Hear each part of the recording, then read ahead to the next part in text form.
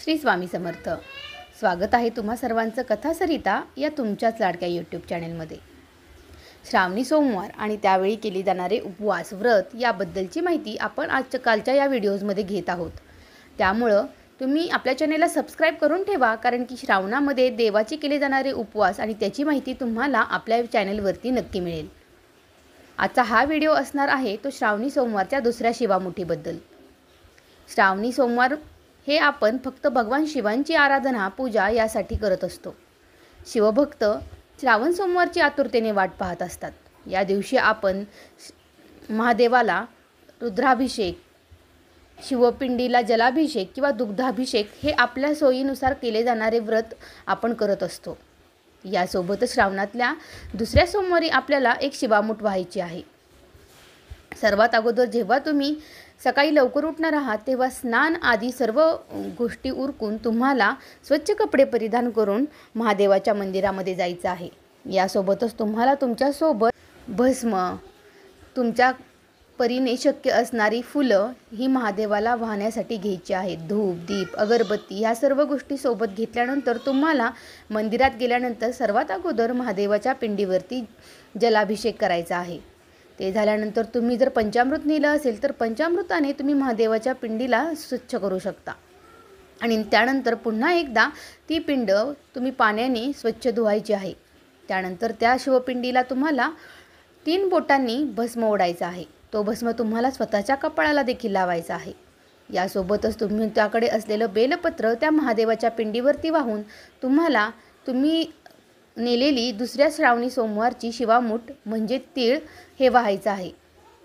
शिवा शिवा महादेवा माझी शिवामूठ तुला देवा असं म्हणून तुम्ही ही शिवामूठ महादेवाच्या पिंडीवरती वाहू शकता।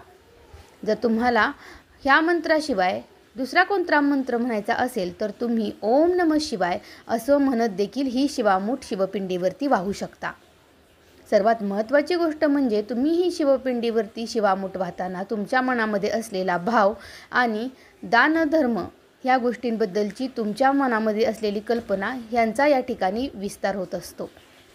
आपल्याकडे असलेली गोष्ट ही थोडक्यामध्ये असली तरीही आपण ती तिळातिळाने किंवा क्षणाक्षणाने वाढवत जातो आणि दुसऱ्याला दिल्याने आपल्याकडची संख्या किंवा आपल्याकडे असलेल्या गोष्टी ह्या कमी होत नाहीत तर त्याच्यामध्ये वाढच होत जाते।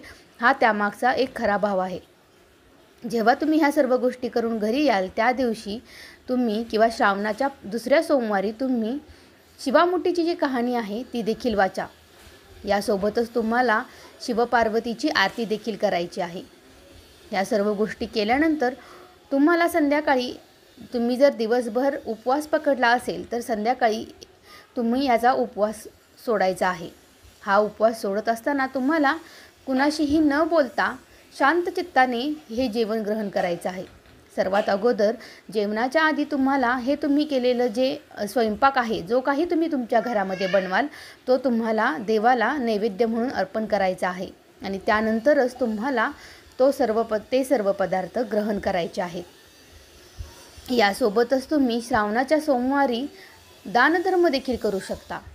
ह्या दानधर्मामध्ये तुमच्या गरजेनुसार किंवा तुमच्या आवश्यकतेनुसार ऐपतीनुसार तुम्ही फळं, वस्त्र अशा गोष्टी दान करू शकता। यासोबतच बरेच जण शिवलीलामृत या ग्रंथाचं पारायण देखील करत असतात। तुम्ही श्रावणातील या सोमवारी 3 बैठकीमध्ये 7 किंवा 1 दिवसीय असं शिवलीलामृत ग्रंथाचं पारायण वाचन करू शकता। याचे परिणाम देखील तुम्हाला खूप खोलवर झालेले आढळतात आणि शिवभक्ती प्राप्त होण्यासाठी किंवा शिवांचा आशीर्वाद आपल्यावरती प्राप्त होण्यासाठी तुम्हाला नक्कीच हे श्री शिवलीलामृत हे ग्रंथ खूप फायदेशीर ठरतो। तुमच्या दैनंदिन आयुष्यामध्ये असलेल्या अडचणींपासून तुम्हाला मुक्त करण्यासाठी हा ग्रंथ खूप फायदेशीर आहे। निळकंठ असलेला आपला भोलेनाथ हा आपल्याला खूप साध्या आणि सोप्या उपायांनी प्रसन्न होतो। फक्त तुमच्या मनामध्ये असलेला विश्वास आणि भक्ती आणि प्रेम ह्या सर्व गोष्टी तुम्हाला शिवभक्त प्रसन्न करण्यासाठी उपयोगी ठरतात। त्यामुळे दुसऱ्या श्रावणी सोमवारी तुम्ही शिवामूठ, तीळ याचा वापर करून तुमच्या परीने शक्य असा दानधर्म नक्की करा। ही झाली आपल्या दुसऱ्या श्रावणी सोमवारबद्दलची माहिती। तुम्हाला हा व्हिडिओ आवडला असेल तर आपल्या चॅनेलला लाईक, सबस्क्राईब आणि शेअर करायला देखील विसरू नका. श्रावणी सोमवारच्या तुम्हाला खूप साऱ्या शुभेच्छा. श्री स्वामी समर्थ.